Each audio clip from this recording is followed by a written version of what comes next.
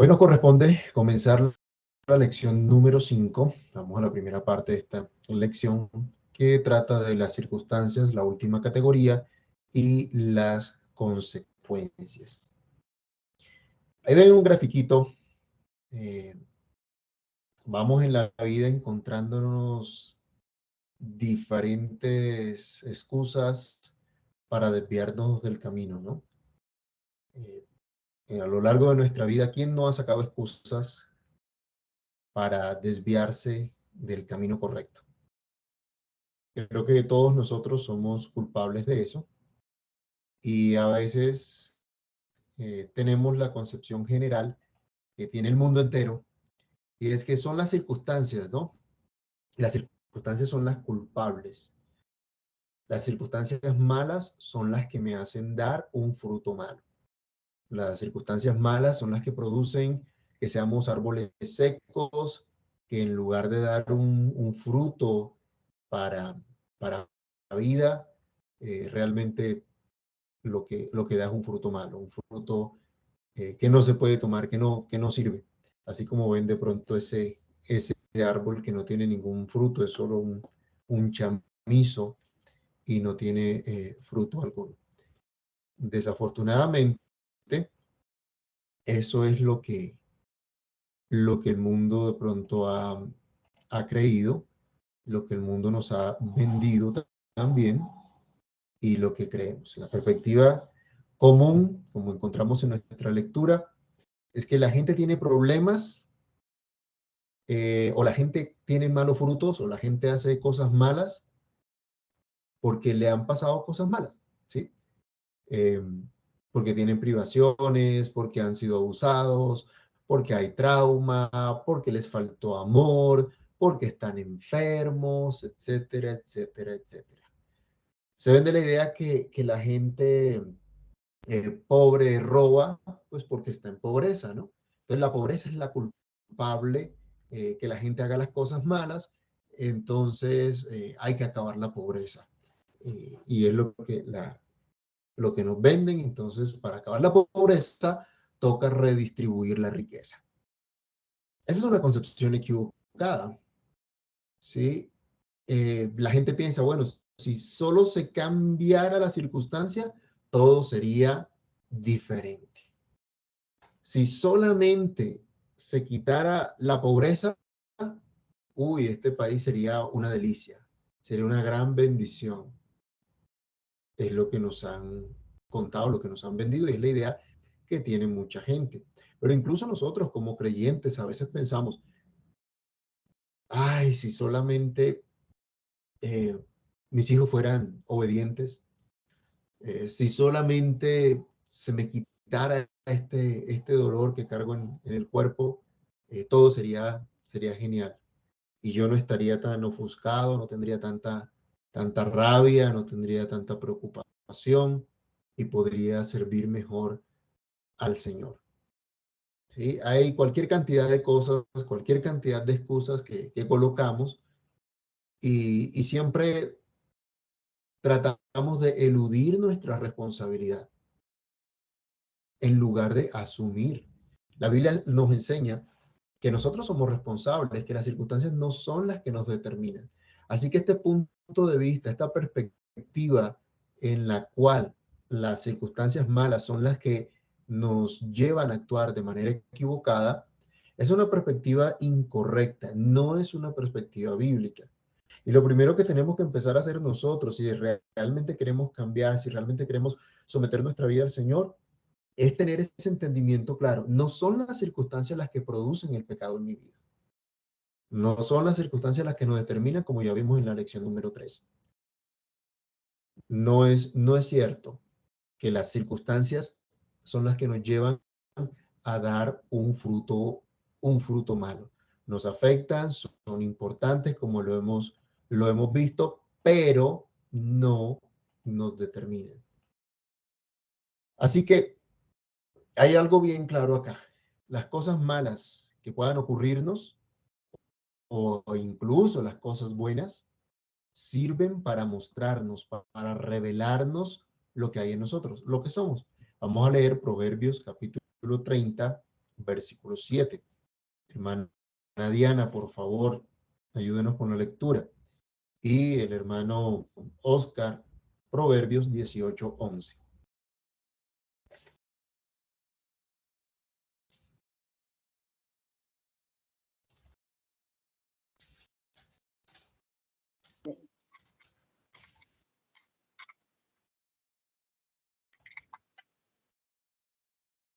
Proverbios ¿Qué dice 30. Proverbios 37? 37 dice, dos cosas te he demandado, no me las niegues antes que muera. Vanidad y palabra mentirosa, aparta de mí. No me des pobreza ni riquezas, manténme del pan necesario. No sea que me sacie y te niegue y diga, ¿quién es Jehová? O que siendo pobre hurte y blasfeme en el nombre de mi Dios. ¿Cuántas veces oramos así? ¿Cuántas veces hemos orado de esa manera, diciéndole a Dios, no me des pobreza, pero tampoco me des riqueza? ¿Qué es lo que nos ha vendido el mundo? ¿Cuál es la idea que nos ha vendido el mundo? Que para estar bien, ¿qué necesitamos? Tener riquezas. A tener riqueza, ¿cierto?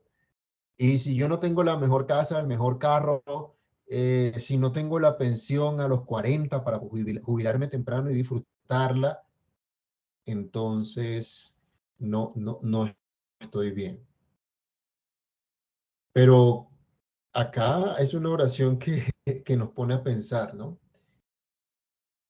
Él dice, Señor, dame lo que necesito. Ten misericordia de mí. No me des pobreza al punto que sea una excusa para mí entonces y te niegue al robar, al buscar de pronto lo que no es mío. Pero tampoco me des riqueza al punto que te vaya a negar también por llenar mi corazón de orgullo, de vanidad. Este hombre sabía perfectamente que en ambas circunstancias era tentado. No solamente si tenía pobreza, sino también si tenía riqueza. Y su oración es, Señor, súpleme lo que necesito, lo que tú sabes que necesito. Y qué problema, ¿no? Cuando creemos que necesitamos tantas cosas y no las recibimos. Cuando creemos que necesitamos cierto estatus social, que necesitamos tanta cantidad de dinero en el banco, que necesitamos determinado bienestar, que necesitamos el último grito de la moda, si no, somos infelices. Somos tentados de diversas maneras. Proverbios 18:11, ¿qué nos dice? Las riquezas del rico son su ciudad fortificada y como un muro alto en su imaginación. Ah, ok. ¿En dónde está la fuerza del rico entonces? Según eso. Imaginación. Terrible, ¿no? Solo en la imaginación. Los grandes, los que tienen mucha riqueza, están tranquilos, están seguros. Ya tengo la pensión asegurada, ya tengo la universidad de mis hijos paga, aunque estén apenas en jardín. Tengo buena casa, un buen negocio. Pero ¿qué dice la Biblia acerca de las riquezas? Las riquezas tienen alas, se van. Yo siempre he dicho, la plata va y viene. Así es.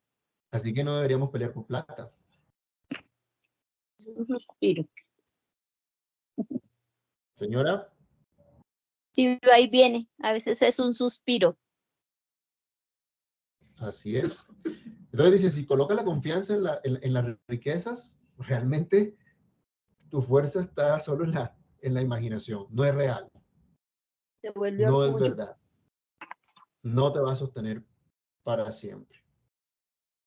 Bueno, resulta que las cosas buenas también pueden tentarnos, ¿no? Las cosas buenas también nos pueden seducir. Y a la luz de la escritura vemos que un mismo evento o una misma tentación en realidad le ocurre tanto al rico como al pobre. ¿Sí? Proverbios 38, vamos a leerlo.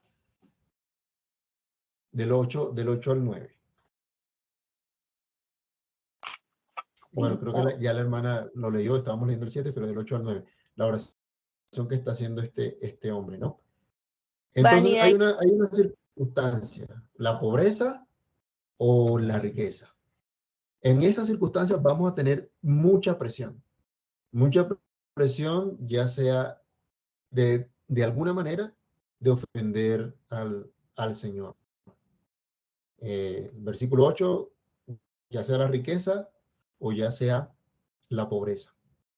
En Deuteronomio 8, del 7 al 13, vamos a leer que nos dice: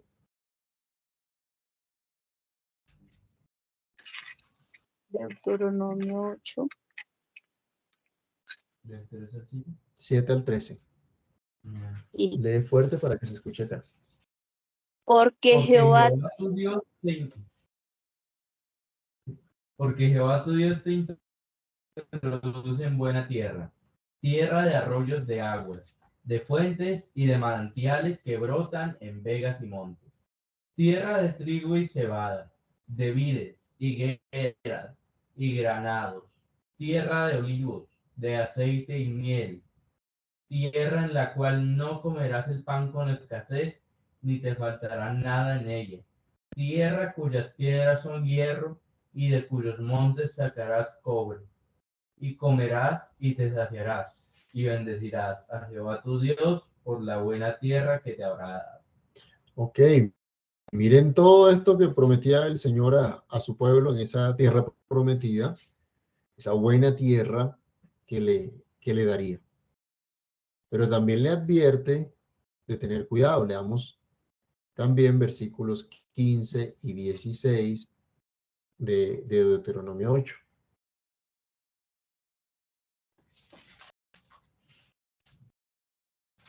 ¿Por qué cerró la Biblia si estamos estudiando?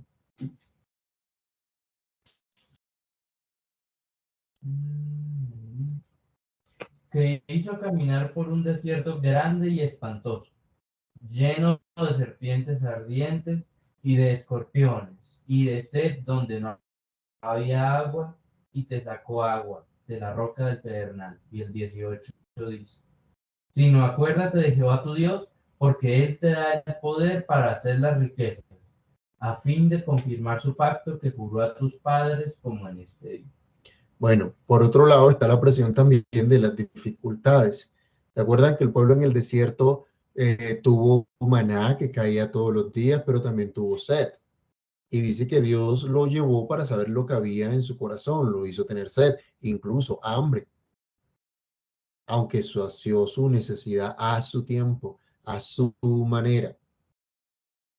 Entonces, miren, por un lado está la promesa de la tierra prometida, una buena tierra distinta a lo que es un desierto, pero también están las dificultades del desierto.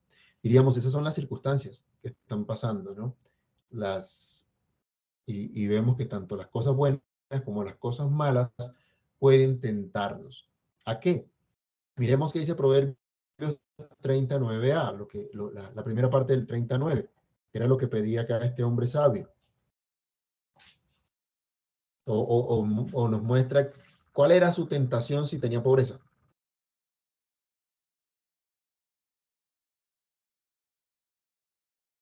No sea que me sacie y te niegue, y diga quién es Jehová, o que siendo pobre hurte y blasfeme el nombre de mi Dios.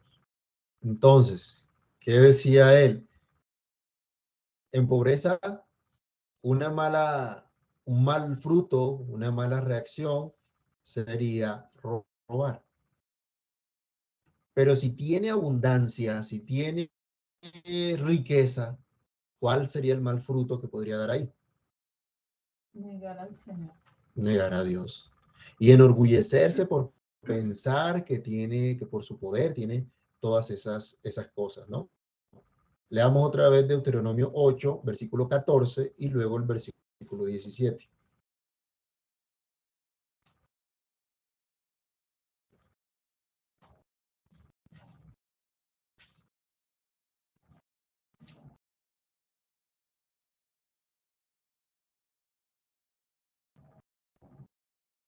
¿Quién lo tiene?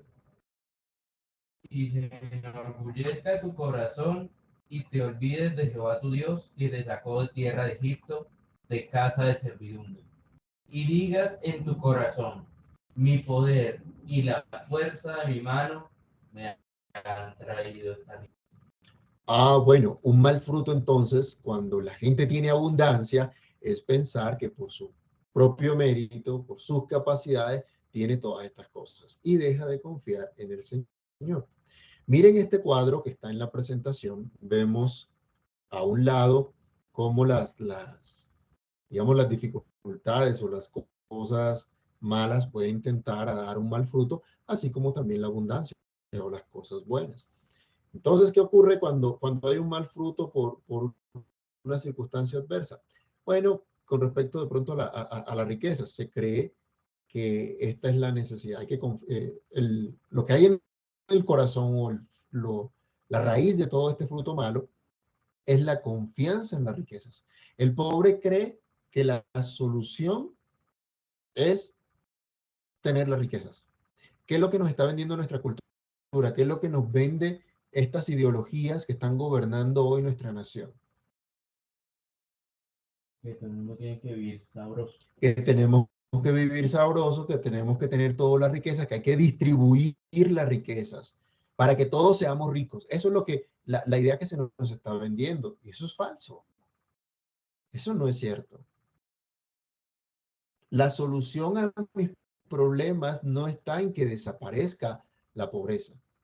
Y bueno, de hecho, la única manera en que la pobreza pueda desaparecer es que absolutamente todas las personas entiendan su deber, su responsabilidad de trabajar y prosperar y ayudar a que otros también prosperen. Pero mientras no haya un cambio en el corazón, eso nunca se va a dar. Así que no se va a erradicar la pobreza, por lo menos no hasta que el Señor venga.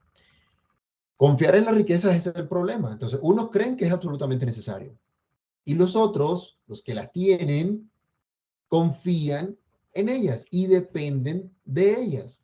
Descansan en que esas son su ciudad fortificada, en que esa es su seguridad.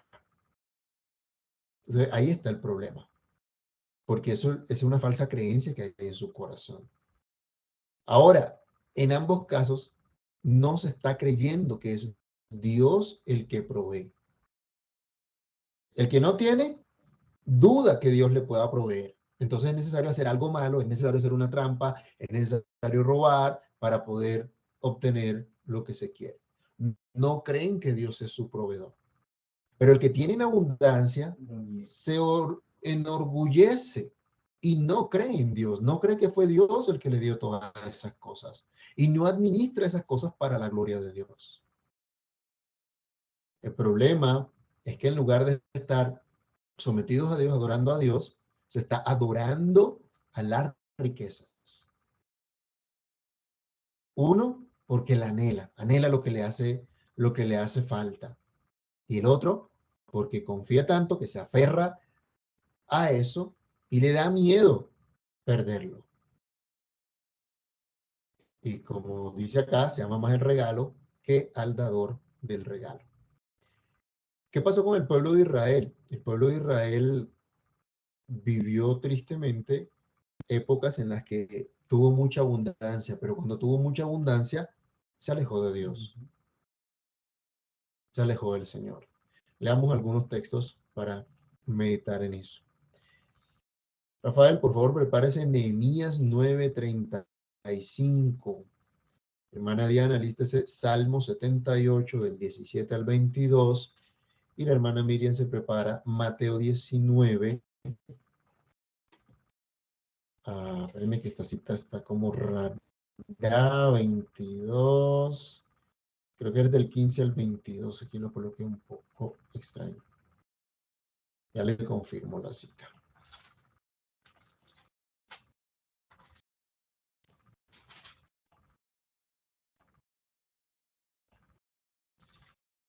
(16 al 22). Mateo 19, 16 al 22. Listo, comencemos con Nehemías. Nehemías 9:35, ¿qué dice? Y ellos en su reino y en todo mucho bien que les diste y en la tierra espaciosa y fértil que entregaste adelante de ellos, no te sirvieron ni se convirtieron en sus malas obras. Lo escuchamos entrecortado. ¿Me escucha bien ahí? Sí. Ahora sí. Y ellos en su reino y en mucho bien que les diste y en la tierra espaciosa y fértil que entregaste delante de ellos, no te sirvieron ni se convirtieron de sus malas obras.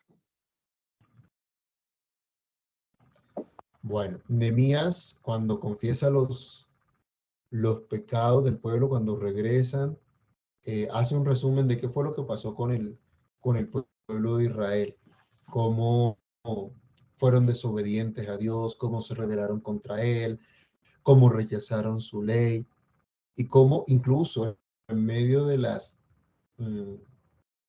de toda la prosperidad que Dios les dio, en lugar de volverse al Señor con todo su corazón, en lugar de ser agradecidos por todo lo que Dios les había dado, se alejaron de él.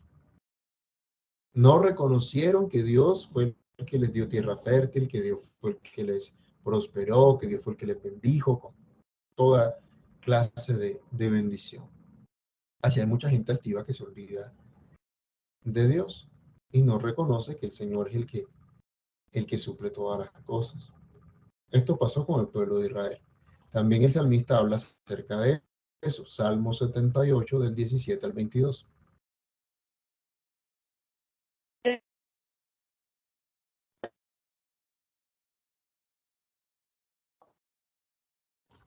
Pues tentarse a Dios, Señor. ¿Sí me escuchan? Sí, hermano. Sí, es que a veces voy Qué pena. entrecortado. Pues tentaron a Dios en su corazón, pidiendo comida a gusto, y hablaron contra Dios, diciendo: ¿podrás poner mesa en el desierto? Y he aquí ha herido la peña y brotaron aguas, y torrentes inundaron la tierra.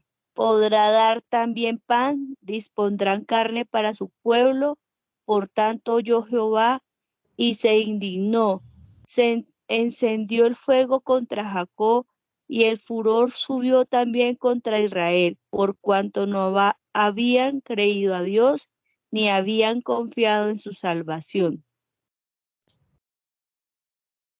Entonces, ¿qué es lo que nos muestra acá? Que no confiaron. No confiaron, no descansaron, no creyeron en la provisión de Dios, ¿sí? Y por eso renegaron, por eso se rebelaron, Y lo desafiaron. hicieron todas estas cosas. La verdad es que en su tiempo de prosperidad, cuando disfrutaban toda esa abundancia, pues terminaron alejándose del Señor. Y pues es una constante, ¿no? El Señor Jesús enseña también cómo la gente cuando confía en las riquezas difícilmente es agradecida con el Señor. Leamos Mateo 19 del 16 al 22. El joven rico. Entonces vino uno y le dijo: Maestro bueno, ¿qué bien haré para tener la vida eterna? Él le dijo: ¿por qué me llamas bueno? Ninguno hay bueno, sino uno, Dios. ¿Mas quieres entrar en la vida? Guarda los mandamientos. Le dijo: ¿cuáles? Y Jesús dijo: no matarás, no adulterarás, no hurtarás, no dirás falso testimonio, honra a tu padre y a tu madre, y ama a tu prójimo como a ti mismo. El joven le dijo: todo esto lo he hecho desde mi juventud. ¿Qué más me falta? Jesús le dijo, si quieres ser perfecto, anda, vende lo que tienes y dalo a los pobres. Tendrás tesoros en el cielo y ven y sígueme. Oyendo el joven esta palabra se fue triste porque tenía muchas posesiones. Entonces Jesús dijo a sus discípulos, de cierto os digo que difícilmente entrará un rico en el reino de los cielos. De acuerdo a la enseñanza acá del Señor Jesús que encontramos. Tenía puesta su mirada en las riquezas. Ujú. Entonces, mire, a lo largo de la escritura vemos tanto el que no tiene nada, pero anhela las riquezas como solución, o el que tiene riquezas y se enorgullece y deja de confiar en Dios. En ambos casos se está dando un fruto malo, en ambos casos se tiene una creencia equivocada, en ambos casos no es la circunstancia la que los lleva a pecar. La circunstancia puede presionar, pero simplemente está revelando lo que hay en el corazón. A la luz de la escritura, entonces vemos cuán tonto es confiar en las riquezas, ya sea por anhelarlas con gran expectación o si se logran enorgullecerse. ¿Por qué entonces nosotros seguimos pensando que si tenemos tal tipo de riqueza y de pronto alguno dirá, bueno, yo no estoy pensando en dinero ni nada por el estilo, solo que se me quite esta enfermedad o solo que logre este trabajo o que logre esta situación en la casa, lo que sea? Bueno, es triste, pero la mayoría de los creyentes hoy están siendo influenciados, moldeados más por el mundo que por la palabra de Dios. Cuando debe ser todo lo contrario, ¿no? ¿Se acuerdan de Romanos 12, donde se nos dice que no nos moldeemos, que no nos conformemos a este mundo, sino que seamos renovados en nuestra manera de pensar? Pero la gente insiste en seguir el molde del mundo. Y por seguir el molde del mundo, vemos gente que no confía en Dios para su provisión y comete cualquier cantidad de pecado porque no cree que Dios es su proveedor. Vemos personas que se enorgullecen y se alejan de Dios, no lo necesito. A veces nos parece tan difícil comunicarle el evangelio a una persona adinerada, pues porque ya tiene todo solucionado, ¿no? Entonces, el que no tiene nada, ese sí, venga y ore, clame a Dios y Dios le provee. Bueno, ¿y qué le va a decir al rico que tiene todo? ¿Mm? Son las situaciones que a veces nos dejamos llevar por ese pensamiento equivocado, por ese pensamiento del mundo.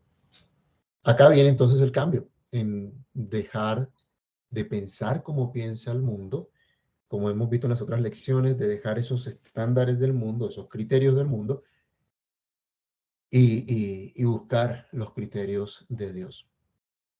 También entonces miremos cómo las cosas buenas, puede ser la riqueza, la salud, podemos meter acá en estas circunstancias, ¿qué otras cosas buenas tenemos? Una buena familia, una buena iglesia, una buena carrera, etc.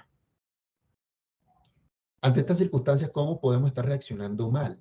¿Cómo la gente puede reaccionar mal? Bueno, puede jactarse, ¿sí? Si tiene riqueza o si tiene salud, puede jactarse sobre los que no la tienen.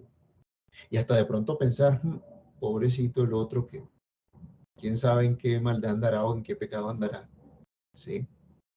Porque no tiene estas cosas. O incluso los que tienen, a veces se ve esto, ¿no? Que hay personas que tienen dinero pero no se sacian y quieren más y quieren más, son avaros. O pensar que la vida es solo para el placer. Dios me dio salud para disfrutar. Y solo piensan en las cosas que les pueda producir placer, que les traiga algún placer. Eso se llama hedonismo. ¿Por qué dan ese fruto malo? ¿O este fruto malo a qué los lleva? Bueno, los lleva finalmente a la perdición, ¿no? Porque están alejados de Dios. Y en su corazón, ¿qué actitudes hay o qué creencias hay? Bueno, se han olvidado de Dios, confían en sí mismos, aman más los regalos de Dios que a Dios que da los regalos. Hay gente que busca la bendición y cantaba un coro antiguo, pero busca la bendición y Dios te la dará. Y la gente busca y busca la bendición, pero no busca a Dios, que es la fuente de bendición. Quieren los regalos de Dios, pero no quieren a Dios. ¿Qué es lo relevante que debemos conocer en medio de estas circunstancias, aún en las cosas buenas que recibimos? Que Dios es el proveedor, que de Dios proviene toda bendición, toda dádiva, todo don perfecto, descienden del Padre de las luces, de nuestro Dios. ¿Qué debemos saber en medio de estas cosas buenas que recibimos, las bendiciones que tenemos? Bueno, Dios es el que es nuestra seguridad. No son las bendiciones ni los regalos de Dios nuestra seguridad. Nuestra seguridad es Dios, ¿sí? La sabiduría, el conocimiento, las riquezas, incluso nuestra fe o el temor de Dios, pues viene de Él solamente. Dios es nuestro regalo, ¿no? Dios es nuestro todo. Por favor, hermano Oscar, lea el Salmo 17, versículos 14 y 15. Y el hermano Nairo se prepara el Salmo 49, versículos 6 al 9.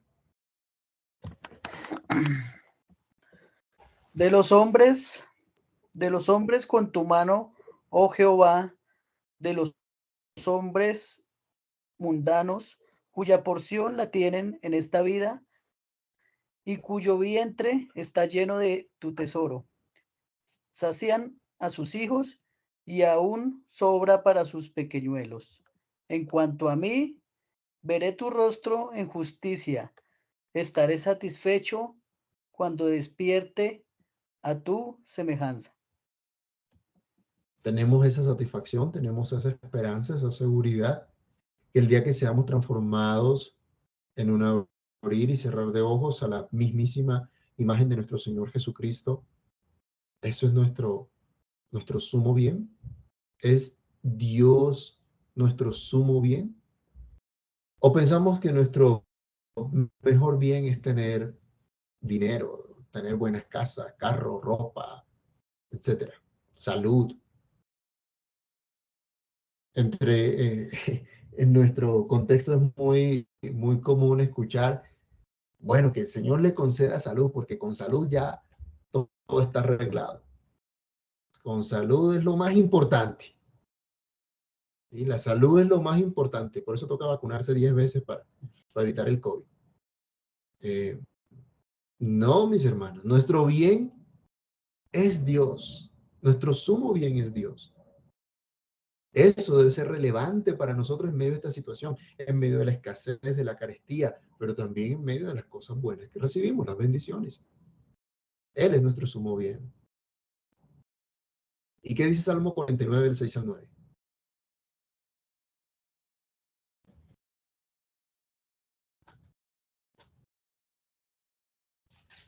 ¿Sigue Nairo por ahí? No lo escucho.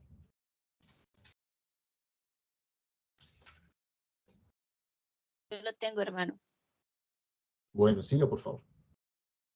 Los que confían en sus bienes y de las muchedumbres de sus riquezas se jactan. Ninguno de ellos podrá en manera alguna redimir al hermano, ni dar a Dios su rescate, porque la redención de su vida es de gran precio y no se logrará jamás, para que viva en adelante para siempre y nunca vea corrupción. Ok. Todas las riquezas sirven para pagar una indulgencia, para Comprar. sacarlos del purgatorio y llevarlos al cielo. Nunca se podrá comprar esa salvación, esa redención. Entonces las riquezas terrenales no ganan nada en la eternidad. No, no son útiles para ganar la salvación, la redención. Así que nuestra actitud debe ser diferente con respecto a las riquezas, ¿no? Y ponerlas al servicio del Señor, al servicio de los demás también. Teniendo esto, si esto es relevante para nuestras vidas, ¿qué debe haber en nuestro corazón entonces? Debe haber ese reconocimiento de Dios como proveedor. Así como Job en una oportunidad dijo, Jehová dio, Jehová quitó, sea el nombre de Jehová bendito. Si hoy gozamos de bendición, hoy gozamos de una provisión abundante, el Señor es el proveedor y nos alegramos en eso. Pero si a Dios le place retirarnos esa provisión, ¿por qué afligirnos? ¿Por qué angustiarnos? Si Dios sigue siendo nuestro proveedor. Si nos ponen una reforma terrible y no hay y no tenemos cómo defendernos en este momento, Dios nos defenderá, Dios nos ayudará. Pero ¿por qué afligirnos? ¿Por qué angustiarnos por todas esas cosas? Debemos entonces creer que Dios es nuestro proveedor. Y debemos amarlo a Él más que su provisión, más que las cosas que nos da, más que las bendiciones que tenemos. Así que podemos amar a Dios si tenemos salud o si estamos enfermos, si tenemos dinero o si nos hace falta. Entonces, en nuestro corazón debe haber esto para poder dar un fruto bueno, de contentamiento. ¿Se acuerdan de Pablo que decía, todo lo puedo en Cristo que me fortalece? Pero cuando Pablo decía todo lo puedo en Cristo que me fortalece, no era para decir que era el Superman, ni para hacer una confesión positiva, que todo le iba a salir bien. En los versículos anteriores, él decía, sé vivir humildemente, sé vivir para tener abundancia, así como para tener escasez. En todo estoy enseñado. Entonces hay contentamiento. Las hermanas estuvieron estudiando el año pasado un tema acerca del contentamiento. Pero qué bueno es tener contentamiento cuando podemos sentarnos a la mesa y disfrutar un delicioso manjar, o cuando de pronto solo hay para una agua de panela con queso. Y eso, contentamiento, porque es Dios el que nos sustenta, porque es Dios el que nos provee. Gratitud con el Señor. Administración adecuada de los bienes que Dios nos da, de las riquezas que Dios nos da. Generosidad para compartir de lo que Dios nos da. ¿Cuál es la consecuencia o el círculo de gracia que va a haber cuando demos este fruto? Bueno, una verdadera prosperidad según Dios, la vida eterna. Dios promete prosperidad. ¿Se acuerdan de Malaquías? Un texto que muchos han utilizado mal. Bueno, Dios promete bendecir a la gente que es fiel. Fiel en utilizar adecuadamente los recursos que Dios les da y ponerlos al servicio del Señor. Alguno diría, bueno, yo no soy rico, yo no tengo plata, entonces no aplica para mí. ¿Qué piensan ustedes de eso?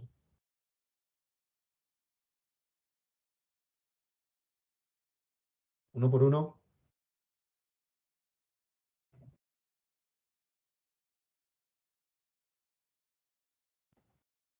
Uy, me quedé solo.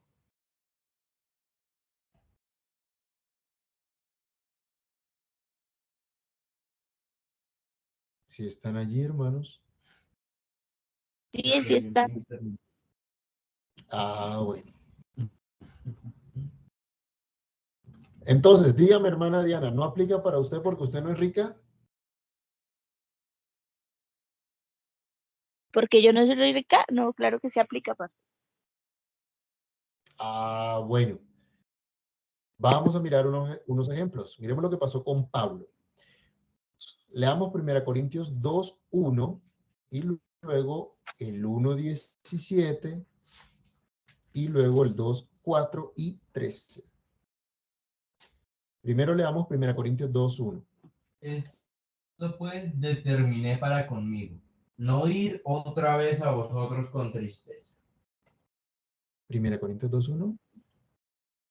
No estoy en segunda. Otra vez, 1 Corintios 2:1. Así que, hermanos, cuando fui a vosotros para anunciaros el testimonio de Dios, ¿no fui con excelencia de palabras o de sabiduría? Bueno, parece que Pablo no gozaba de la mejor oratoria, o no utilizaba más bien la mejor oratoria para convencer a los hermanos. De hecho, a él algunos lo criticaban, que decía que era como tosco en palabra, ¿no? En otro lado. Decía que por carta era osado, pero en su presencia, en su manera presencial o no, en el cara a cara con los hermanos era débil. ¿Qué dice 1:17? 1 Corintios 1:17. Pues no me envió Cristo a bautizar, sino a predicar el evangelio, no con sabiduría de palabra, para que no se haga vana la cruz de Cristo. Bueno, ahí podemos ir teniendo una idea de la manera como Pablo predicaba, como ejercía su ministerio. No podía confiar en las capacidades innatas o las capacidades propias que él tenía. Capítulo 2, versículo 4 y luego el versículo 13. Y ni mi Y mi palabra ni mi predicación fue con palabras persuasivas de humana sabiduría, sino con demostración del Espíritu y de poder. El 13. Lo cual también hablamos no con palabras enseñadas por sabiduría humana, sino con las que enseña el Espíritu, acomodando lo espiritual a lo espiritual. Ok, entonces Pablo no estaba dependiendo de su curso de homilética para poder predicar el evangelio. Bueno, no estoy diciendo aquí a los hermanos que no estudien homilética, ¿no? Pero esa no era su confianza, no era su capacidad de oratoria. Y pudiéramos llegar a pensar, tal vez no tenía todas esas capacidades. Y Dios lo usó así. ¿Se acuerdan de Moisés? Sí. Moisés decía, Señor, es que yo no soy ni antes que tú hablas con tu siervo, ni ahora he sido un hombre fácil de palabra. Hay gente que tiene una labia, o bueno, perdón, una oratoria muy interesante.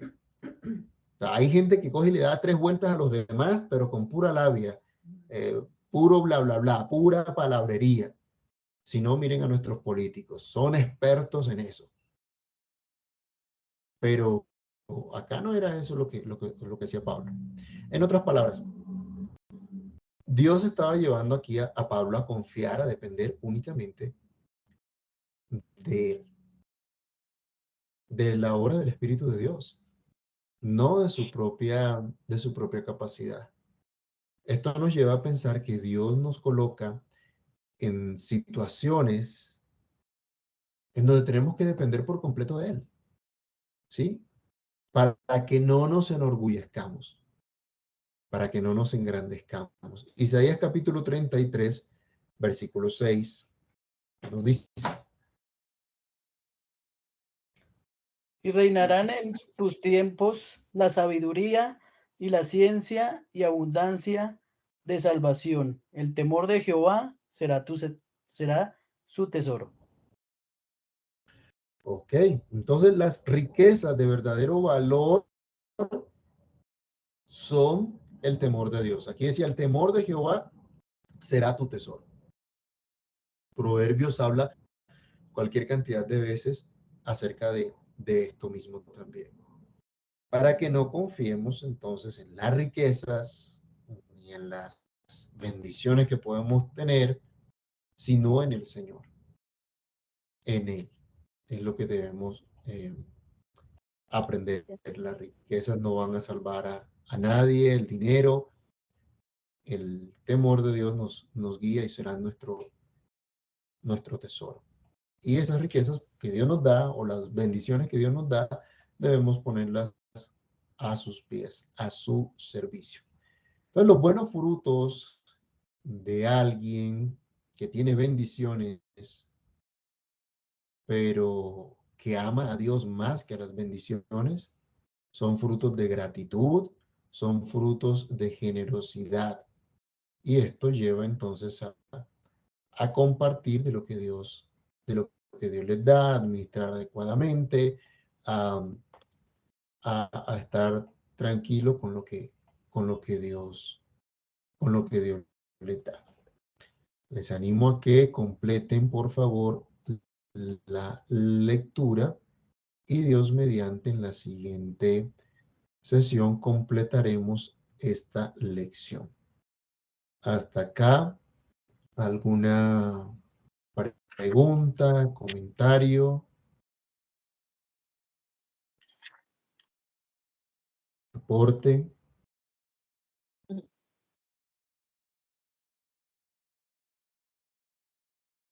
¿Todo claro, todo confuso? Sí, señor. Y aquí, ¿Confuso? no, claro, claro.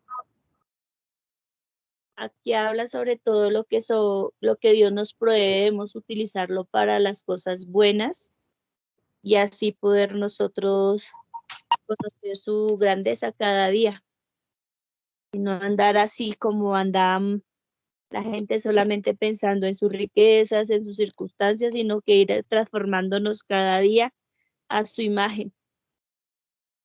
Ujú. Ok, muy bien. Entonces vamos a orar y a dar gracias al Señor.